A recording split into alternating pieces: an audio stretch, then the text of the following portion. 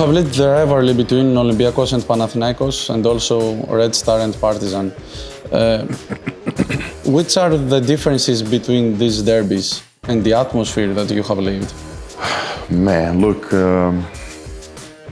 I was here 2 years ago and I played out against Olympiacos. It was always tense, it was always great atmosphere in Oaxaca at CEF. And then I went to Crvena Zvezda and I can say that the hate between two teams was never like it is right now between Crvena Zvezda and Pαρτizan. Okay. It's something I was really surprised by. I guess it's because both teams have great ambitions. Both teams invested a lot of money into last year's teams, into this year's teams, and really wanted to win. And then the atmosphere that is created between fans, I think, gets out of control sometimes, and I don't think it's good for the sport. It also affects us players, which is not good, but it is something that you have to handle. I hope it will get better. I don't see it getting better, honestly. But yeah, the hate between two teams and two fan bases is at an all-time high, and I think everybody needs to remember that at the end of the day, it's just sports. Mm-hmm. There's more important things in life, but like I said, it's just a situation that we have to handle. I understand that both teams want to win. I want to win for my team. I consider last year, okay, we won 2 titles, but I consider last year's season not successful because we lost the ABA League. Yeah, we didn't make it to the top 8, so we really focused and we really have the motivation to do it right this time. But, with some borderlines that we all together have to remember that it's only sports. When you read about Sloukas, what you really thought? All Europe, I was a little bit shocked, honestly. For me, Sloukas was kind of the face of Olympiacos. Not only the last couple of years, but also the 2 championships, Euroleague championships that they won. So it was a surprise for me. I don't know what went on behind the curtains. I think that only him and his former team know. But okay, as a fan from Panathinaikos, it's always nice to have a player like that on the team. If I can say it takes some balls to do that, especially knowing how passionate Greek people and Greek fans here are. But okay, I think in the beginning it was more, let's say, complicated. As the time goes, everything will settle down and I think we'll get back to normal. Panathinaikos won Olympiacos for Greek League away, and the previous time that this happened, it was with an enormous presence of you. Do you remember this game, firstly? And secondly, have you seen the recent win of Panathinaikos? Yeah, I have to say, unfortunately, I remember because it was the last time we beat them when I was in Panathinaikos, and after I left also, Panathinaikos didn't get a win against Panathinaikos. Panathinaikos didn't get a win against Olympiacos for a long time. So yeah, I remember that game. It was, let's say, a special game. It's always nice to win a game like that on the court from the opponent, but I didn't get a chance to watch the last game because we had, I think, our game at the same time. I just saw the result, and I was very, very happy for Panathinaikos and their fans because I think they really deserved those kind of moments and that kind of happiness. Even if you stayed only 2 years in Athens, you had a really good bonding with the fans. Why do you think that this happened? It's true. I really have a special place in the heart for all the people that love Panathinaikos. It's probably because it was a tough time. I started playing good since I came here, like from the beginning. And when you show the people that you really care about the club, and you, of course, you have maybe a performance or two like that one or some other good games, they start loving you, and the love that they show you after that is just unbelievable. And you know, I really appreciated it. I really appreciate it till this day, and it will always be something special to remember. Have you thought yourself to being to this Panathinaikos team these years with much talent in that the team that you were? No, really. I was really focused on. I signed a 3-year contract with Crvena Zvezda. You know, we have to be very precise here and clear. Crvena Zvezda is the team of my life. It's the team that, let's say, pushed me to the professional levels, to the levels that I am right now. I was in Crvena Zvezda when I was 16, so I'm really happy to be at home again. It's much easier with everything going on. So I wasn't thinking really about being on any other team, not only Panathinaikos. Before going to Red Star, to Crvena Zvezda, your previous playmate, Luka Vildoza, is playing now for Panathinaikos.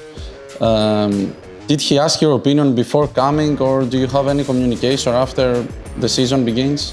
We communicated, and we still communicate. Luka is a very good friend of mine. I really like Luka as a player and then as a person, of course. We had a good relationship off the court and on the court. I really liked playing with him. But he didn't ask me when he was signing with Panathinaikos. I think, you know, everything was still, you know, let's say a little bit of a secret. So he made that decision by himself. But then after, you know, it was known that he signed, I really wished him good luck. I told him that he will really enjoy it here, and you know, I miss him because he's a great player. I really wanted him to stay with us in Belgrade, but I see he's finding his rhythm here, and you know, you can expect a lot of good things from him because he's a good player. Speaking about your Crvena Zvezda, everybody say that this year's team is built for big things. There is also another opinion that which claims that the roster is a little bit old. What do you think? Where is the truth? Okay, you can say that the roster is a little bit old. It's a fact, but I think all the players are players that played on a very high level in Euroleague for a long time, have top quality for Euroleague, and you know, with in these modern times, age doesn't really matter because we have all the extra stuff that we can do to recover our bodies and to feel young again. We can see Theo, he's playing really, really great. He's 36, it doesn't look like it, so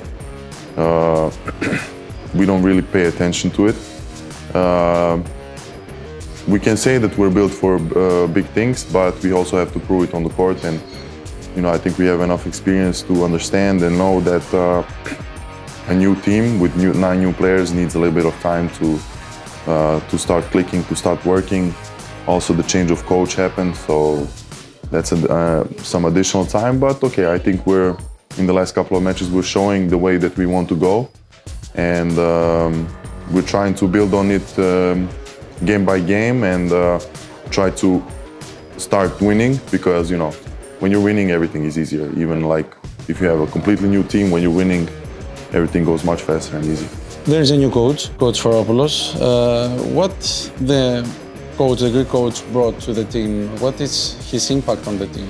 Coach Giannis is a very good guy, really great guy, especially off the court, and you can really talk to him. He really cares about his players, and he always gives you confidence, always positive, always tries to push even when it's not going our way or when you're having a bad game. He's always there to push you and to give you confidence, and that is, let's say, the most important thing that he brought to this team. Then, of course, basketball-wise, I don't even wanna talk about his qualities. I think his results speak for itself.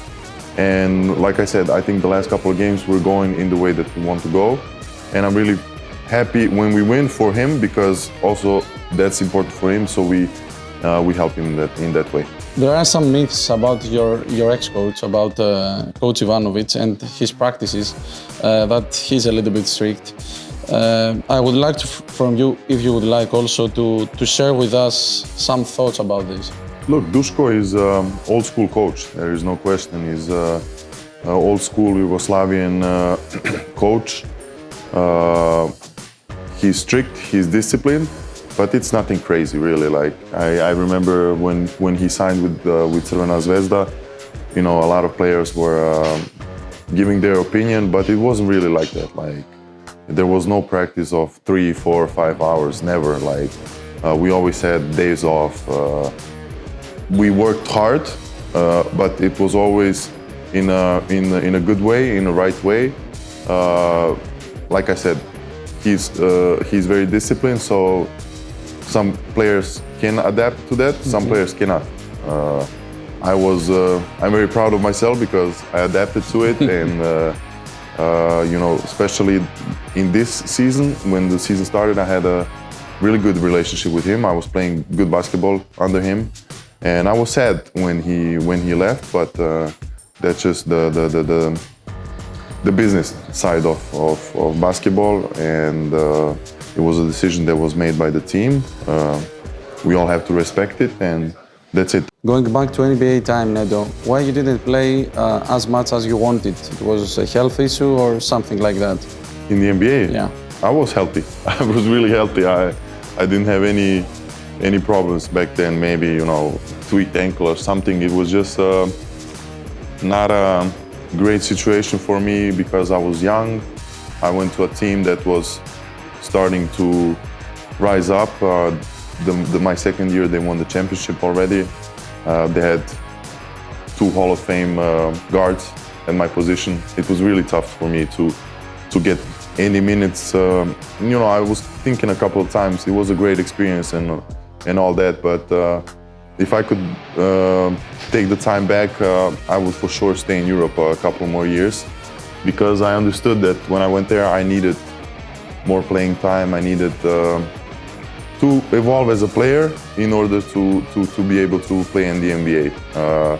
In 2018, I had a chance to go back to the NBA, but I chose Milano because, again, I didn't see the right situation there.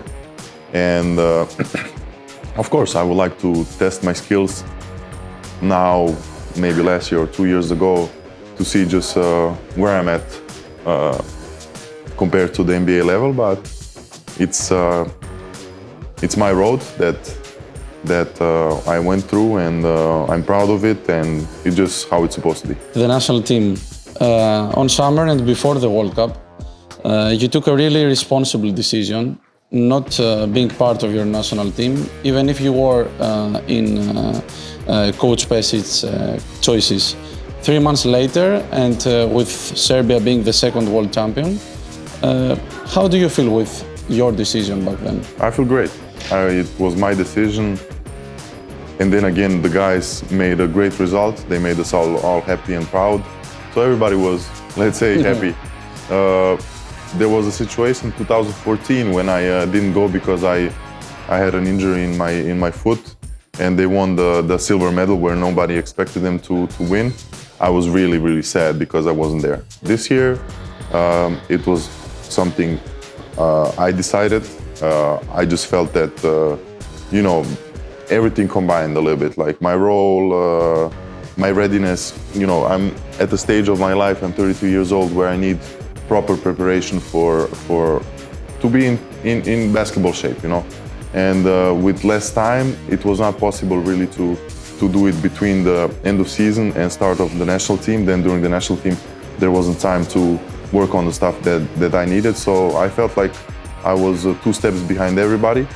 And I also felt that the coach wanted me to play in the tournament, and I didn't want to occupy somebody's place that maybe was in better shape, or I don't know if he deserved it more than me, but was in better shape in that moment than me. So, and of course, new baby at home.